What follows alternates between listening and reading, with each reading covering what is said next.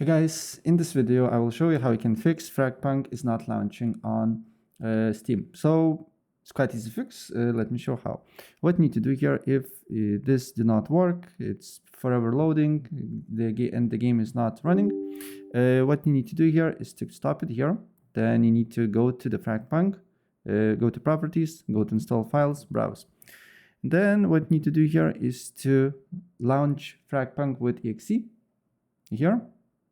And the game should run. So as you can see here, if I wait for a couple of seconds, you will see that the game will run. So I just started it. So let's wait a bit. As you can see here, it's already running.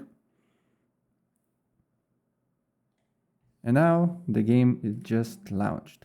If this did not work, you need to make sure that compiling shaders is not compiling shaders. Secure boot is enabled through BIOS. So you go to system information, and then here you need to look if the as you can see here, secure boot state is on. If it's off, I believe the video in the comments showing you how you can enable it, and then it should work if you try to run FragPunk through exe file. So yeah, that's basically it.